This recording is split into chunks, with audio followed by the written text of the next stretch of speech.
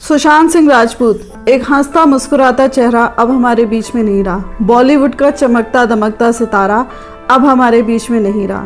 किसे पता था कि जिसे सफलता की इतनी बुलंदियों मिल चुकी हैं और उसके बावजूद वो ज़िंदगी का साथ छोड़ देगा। लोग कहते हैं कि जिनको फेल्योर मिलते हैं, जिनको सक्सेस नहीं मिलती, वो ज़िंदगी का साथ छोड़ते हैं।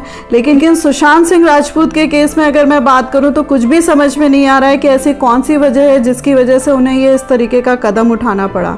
आज वाकई दिल बहुत दुखी है कि सुशांत सिंह राजपूत हमारे बीच में नहीं है। मैंने अपने बहुत सारे स्टूडेंट्स को अपने बहुत सारे सेशंस में उनकी मूवीज़ की क्लिपिंग्स दिखाई हैं। बहुत सारे बच्चों को, बहुत सारे स्टूडेंट्स को उनके डायलॉग से मोटिवेट किया है। मुझे सुशांत सिंह राजपूत का एकदम से ये डिसीज़न ले वो वाकई बहुत दुखद रहा, क्योंकि बहुत सारे बच्चों को मैंने उनके स्टेटमेंट्स की मिसालें दी हैं। मीडिया का कहना है कि वो डिप्रेशन का शिकार हुए। क्या होता है डिप्रेशन एंड क्यों लोग डिप्रेशन के शिकार हो जाते हैं? कौन सी ऐसी नेगेटिविटी होती है जो हमारे अंदर घर कर लेती है, जो हमें जीवन से ही कनेक्शन हमारा लूज करने को मजबूर कर देती है? सो ये डिप्रेशन की अगर मैं बात करूँ, सो डिप्रेशन ना केवल एक पर्टिकुलर इंडस्ट्री में, जैसे मैं कह रही हूँ बॉलीवुड इंडस्ट्री का नाम लिया जा रहा है, ये ना केवल बॉलीवुड इंडस्ट्री की बात है, ये हर इंडस्ट्री में के लोगों के साथ हो जाता है। ये हर व्यवसाय के लोगों को हो सकता है, या अगर मैं बात करूँ तो इसने किसी भी उम्र के लोगों को नहीं छोड़ा है। डिप्रेशन अगर मैं बात करूँ तो थोड़ा बहुत हम सब के बीच में कभी ना कभी डिप्रेशन हम सब को हो जाता है, लेकिन ऐसा नहीं है कि उससे हमें उबरने के बहुत सारे उपाय नहीं होते या हम लोग अपने आप को डिप्रेशन से नहीं निकालते हैं। लेकिन डिप्रेशन के ऐसे रीजंस होते हैं जिसमें हम लोगों को वाकई सतर्क रहना चाहिए, चाहे अपने बारे में हो, चाहे दूसरों के बारे में हो, चाहे अपने बच्चों के बारे में हो। उसके लिए हमें हमेशा सतर्क रहना चाहिए कि ऐसे कौन कौन से रीजंस होते हैं, उनके कौन कौन से सिम्टम्स होते हैं, या उनके बारे में हम कौन सी ऐसी रेमेडीज ले सकते हैं। रीजंस में सबसे पहले मैं सुशांत सिंह राजपूत की बात करूंगी कि आज मीडिया उछाल उछाल कर बात कर रहा है कि फिल्म इंडस्ट्री में नेपोटिज्म बहुत ज़्यादा है। नेपोटिज्म की अगर मैं बात करूं so it's not only in the film industry, it's in every industry.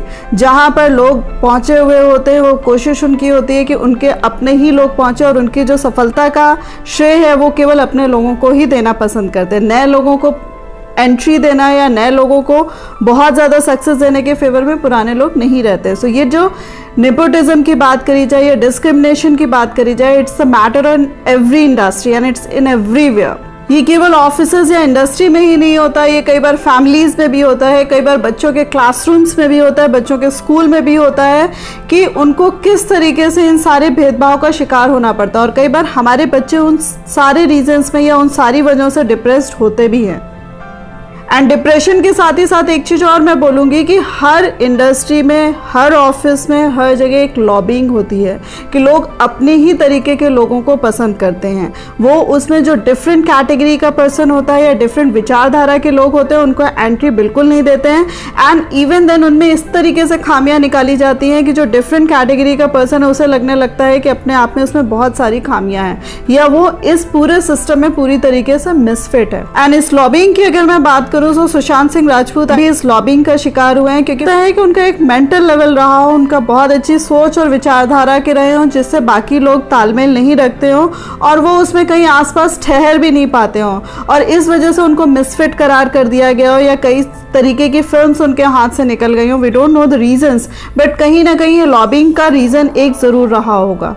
Lobbying के साथ साथ अगर मैं बात करूँ नेक्स्ट पॉइंट की, दैट इज बुलिंग। बुलिंग ना केवल छोटे बच्चों के साथ होती है, कई बार फैमिलीज में भी बच्चों के साथ बुलिंग हो जाती है। और स्कूल्स में या अगर इंजीनियरिंग कॉलेजेस में, मेडिकल कॉलेजेस में या नॉर्मल ग्रेजुएट कॉलेजेस की भी अगर मैं बात करूँ तो हर तरफ बच्चे या हमारे स्टूडेंट्स बुलिंग के शिकार होते हैं। कई बार ये ऑफिसर्स में भी देखा गया है कि पर्पसफुली लोगों को बुली करा जाता है। इवन देन कोई भी व्यक्ति अगर कोई नया ऑफिस ज्वाइन करता है, चाहे उसका जितना बड़ा एक्सपीरियंस रहा हो, उसको भी कहीं ना कहीं इस बुलिंग का शिकार होना पड़ता है। एंड इन सारी चीज़ों में उसका केवल और केवल कॉन्फिडेंस काम करता है कि वो कॉन्फिडेंट है कि नहीं है। अदरवाइज हर स्टेप में उसको नीचा दिखाने की कोशिश करी जाती है। सो ये बुलिंग ना केवल हमारे बच्चे फेस करते हैं, कहीं ना कहीं कभी ना कभी हमने भी फेस करा होगा। इसके साथ साथ कई बार क्या होता है कि जो हम बिजनेस रन कर रहे हैं या करियर की बात करें तो हम उसमें फेल्योर के लिए राजी नहीं होते हैं। फेल्योर का मतलब केवल ये नहीं होता है कि फेल्योर हमारी वजह से हुआ है, कई बार हमें फेल करा जाता है। सुशांत सिंह राजपूत की एक मूवी का मुझे डायलॉग याद आता है कि हमारी जो सफलता है वो केवल हमारी कोशिशें डिसाइड करती हैं कि हमने कितनी कोशिश करी, ना कि रिजल्ट। द सेम वे अगर डिप्रेशन की अगर मैं बात करूं तो कई बार क्या होता है कि फाइनेंशियल क्राइसिस लोगों के सामने खड़े हो जाते हैं, उन्हें समझ में नहीं आता है कि इन सारी चीज़ों से छुटकारा कैसे मिलेगा। सो फाइनेंशियल क्राइसिस भी जब किसी के सामने आते हैं तो उनको ये बहुत ही आसान तरीका समझ में आता है कि सुसाइड कर लो। एंड इन सारे रीजंस में एक रीज़न और ज़्यादा मैटर करता है, वो होता है कि फेलियर इन रिलेशनशिप। किसी को किसी ने छोड़ दिया या कोई अपनी रिलेशनशिप में उतना खुश नहीं रह पाया और उसका वो इतने ज़्यादा डिप्रेस हो जाते हैं कि उसका भी जो रीजंस होता है वो कई बार अपने आप को ही ठहराते हैं। एंड इन सारे रीजंस में अगर मैं बात करूँ तो suicide is not the solution. Suicide is not only the way कि आप केवल सुसाइड कर लें और सारी चीज़ों से निजात पा जाएं। अगर आपने अपनी मर्जी से जन्म नहीं लिया है तो आप अपनी मर्जी से मृत्यु भी नहीं पा सकते हैं। ये सारी चीज़ें भगवान का हक है एंड इस प्यारी ज़िंदगी को, इस महत्वपूर्ण ज़िंदगी को आप इस तरीके से ख़त्म नहीं कर सकते। मुझे 3 इडियट का अभी भी एक डायलॉग याद आता है कि जब भी कभी इस तरीके का विचार आपके सामने आता है तो सबसे पहले हम अपने माता पिता के बारे में ज़रूर सोच लें। ये बात अगर सुशांत सिंह राजपूत भी समझ जाते या उनके दिमाग में भी एक ख्याल आ जाता अपने पिता के बारे में तो शायद वो भी इस तरीके का कदम नहीं उठाते। तो जब हम डिप्रेशन की बात करते हैं तो डिप्रेशन के कई सारे सिम्टम्स होते हैं जिन्हें हमें जानना बहुत ज़रूरी होता है, चाहे वो अपने बारे में हो कि अगर कभी हमें अपने अंदर ये सिम्टम्स फील होते हैं या अपने आसपास के लोगों में या बच्चों के में, तो हमें अलर्ट होने की ज़रूरत होती है कि ये सिम्टम्स देखते ही हमें किस तरीके के स्टेप्स उठाने या किस तरीके से लोगों की हेल्प करनी है। तो इसका सिम्टम्स में अगर मैं सबसे बड़ी बात करूं, सबसे बड़ी बात होती है कि लोग अकेले रहना ज़्यादा अच्छा महसूस करते हैं, उन्हें अपनी ही कंपनी अच्छी लगती है, वो गुमसुम से रहने लगते हैं, परेशान से रहते हैं। एंड कई बार इस तरीके के जो लोग होते हैं या इस तरीके का जब प्रॉब्लम आता है तो लोगों में इरिटेशन होना बहुत स्वाभाविक सा हो जाता है।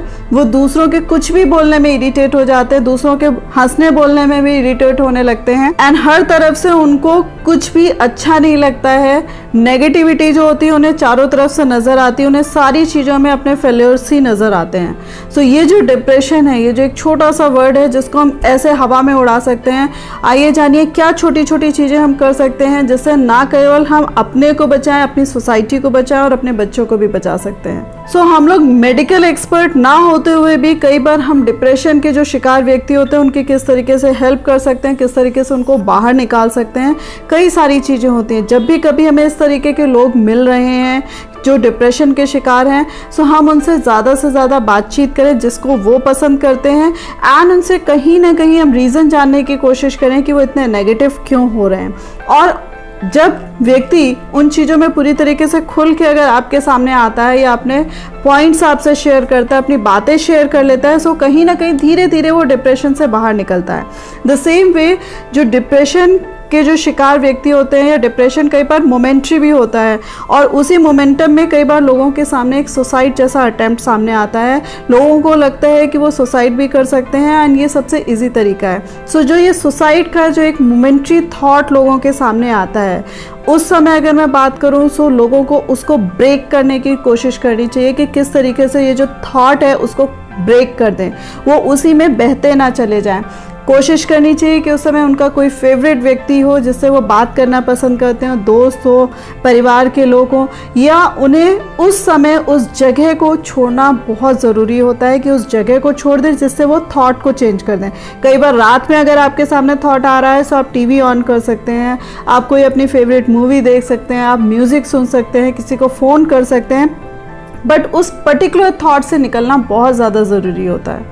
इसके साथ साथ जो लॉबिंग और बुलिंग, ये सारी चीज़ें मैंने बात करी। कई बार क्या होता है कि पर्टिकुलर विचारधारा के लोग या जिनको हम बहुत अच्छा मानते हैं उन सारे लोगों के जो विचार होते हैं, जो बातें होती हैं, वो हमारे ऊपर कहीं ना कहीं हावी हो जाती हैं और हमें लगता है कि कई बार हमारे अंदर बहुत नेगेटिविटी है या हम इस तरीके के इंसान हैं जो लाइफ में सक्सेस नहीं पा सकते हैं। सो मेरा कहना है कि हमेशा अपना जो कॉन्फिडेंस है उसको बिल्डअप रखें, हमेशा जो अपने अंदर का जो विश्वास है वो हमेशा अपने अंदर विश्वास रखें, अपना जो कॉन्फिडेंस है उसको किसी भी हालत में शैटर ना होने दें।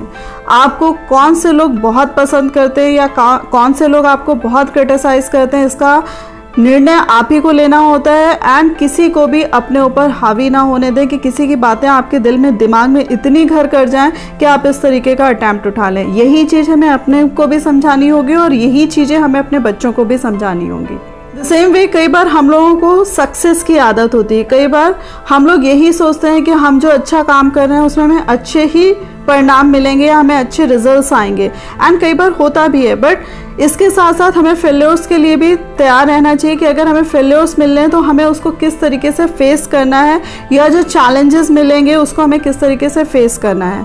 अगर उन चैलेंजेस को हम डिफीट नहीं कर पाते हैं, मीट नहीं कर पाते हैं, सो हमें उसके आगे क्या करना है। सो ये चीज़ें हमें खुद को भी समझनी पड़ेंगी एंड द सेम वे अपने बच्चों को भी मेंटली प्रिपेयर करना पड़ेगा कि उन्हें लाइफ में अगर फेल्योर मिलता है तो उन्हें किस तरीके से उसको संभालना है।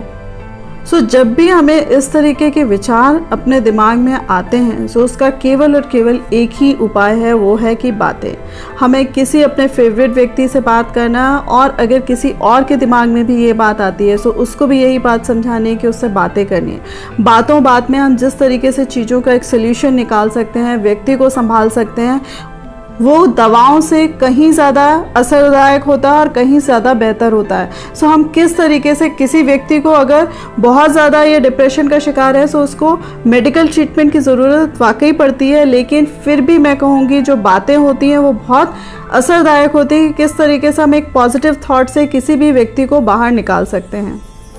हम अगर अपनी इंडियन फ़िलासफ़ी की बात करें सो चाहे जिस रिलीजन की भी मैं बात करूं, हर रिलीजन में भगवान को याद करना, फेस्टिवल्स को एंजॉय करना, सारी चीज़ें सिखाई जाती हैं। सो ये जो टाइम टू टाइम ये जो फेस्टिवल्स होते हैं या हमें कहा जाता है कि हर अवसर को सेलिब्रेट करना, सो ये जो सारी चीज़ें होती हैं कहीं ना कहीं हमें नेगेटिविटी से या डिप्रेशन से या इस तरीके की जितनी भी चीज़ें दिमाग में चलती हैं उनसे हमें बाहर निकालते हैं। कुछ लोगों का कहना होता है कि मैं फेस्टिवल एंजॉय करना पसंद नहीं है या मैं बर्थडे सेलिब्रेट करना पसंद नहीं है। सो मुझे ये समझाना बहुत ज़रूरी है कि प्लीज़ आपको ये फोर्सफुली अपने जीवन में ये इम्प्लीमेंट करना चाहिए, क्योंकि कहीं ना कहीं आपको पॉजिटिव रहने में बहुत हेल्प करते हैं। आज का जो टाइम चल रहा है उसमें कोरोना वायरस से तो लोगों की डेथ्स हो ही रही हैं, लेकिन जब इस तरीके से डेथ होती है तो वो वाकई झकझोर देती हैं। वाकई दिल बहुत दुखी हो जाता है कि जिनकी लाइफ सही है, जो पूरी तरीके से स्वस्थ है मानसिक रूप से भी और शारीरिक रूप से, वो इस तरीके के कदम ना उठाएं। सो हम अपने आप को पूरी तरीके से स्ट्रांग रखें, अपने जो इमोशंस हैं उनमें काबू पाएं और किस तरीके से चीज़ों से फाइट कर सकें। ये चीज़ ऐसा नहीं है कि केवल एक इंडस्ट्री, एक पर्टिकुलर पर्सन के साथ हो रहा है कि उसे कोरोना काल में इस तरीके से नेगेटिविटी झेलनी पड़ रही है, ये सबके साथ हो रहा है। बट किस तरीके से मजबूती से हम चीज़ों के साथ डटकर खड़े होते हैं, ये वाकई एक तारीफ़ की बात होगी। सो प्लीज़ इस समय जो अपना कॉन्फिडेंस है, अपने जो इमोशंस हैं और अपने जो नियर एंड डियर्स हैं उनकी केयर करें और उनके बारे में सोचें। और नेगेटिव थॉट जैसे हैं, जैसे कहा जाता है कि ना कोरोना की चेन तोड़ दें, सो द सेम वे कि अगर जब भी कभी नेगेटिव थॉट्स की भरमार होती है सो उस चेन को तोड़ना बहुत ज़रूरी है। मैंने पहले भी आपको बोला और फिर से वीडियो को एंड करते हुए मैं बोलूँगी कि उसको ब्रेक करिए, चाहे उसमें किसी से बात करनी पड़े, जगह बदलनी पड़े या अपने थॉट्स को चेंज करना पड़े। आपको मूवी देखनी है, चाहे आप फाइटिंग मूवी देख लीजिए, चाहे आप कोई कॉमेडी मूवी देख लीजिए, लेकिन अपने विचारों को तुरंत बदलिए और उसको लगकर बदलिए कि ये विचार जो है, ये जो नेगेटिव थॉट है, ये मुझे खा जाएगा। So please come out from that, try to come out from that. इससे निकलना इतना भी मुश्किल नहीं है। एक थॉट मैं आपके साथ ज़रूर शेयर करूंगी कि कुछ लोगों को लगता है कि उनके सुसाइड करने से दुनिया बदल जाएगी या लोग उनके बारे में अच्छा सोचेंगे। सो मैं आपको ये चीज़ भी बता दूं कि जब भी कोई सुसाइड करता है सो उसके बारे में 2 या 3 दिन तो लोग बात करते हैं या थोड़ा बहुत इमोशनल भी होते हैं। कुछ लोग इमोशनल भी नहीं होते हैं एंड उसके बाद बातें बताने के अलावा या कुछ दिनों में 2 या 3 दिन के बाद वो उसको भूल जाते हैं। सो आपका जीवन लोगों को याद रखने या भूल जाने के लिए नहीं बना, ये आपके लिए और आपके लिए बहुत इंपॉर्टेंट है, आपके अपनों के लिए इंपॉर्टेंट है। सो किसी दूसरे को जवाब देने के लिए या किसी दूसरे के लिए प्लीज़ कभी इस तरीके का स्टेप ना उठाएं। सो सुशांत सिंह राजपूत जी को भावभीनी श्रद्धांजलि देते हुए मैं सबको यही मैसेज दूंगी कि प्लीज़ अपनी लाइफ को पॉजिटिव बनाएं, अपनी लाइफ को खुशहाल बनाएं, अपने नियर एंड डियर्स का ध्यान रखें, अपने अंदर पॉजिटिविटी रखें, अपने अंदर किसी भी तरीके के विचारों को, नेगेटिव विचारों को हावी ना होने दें।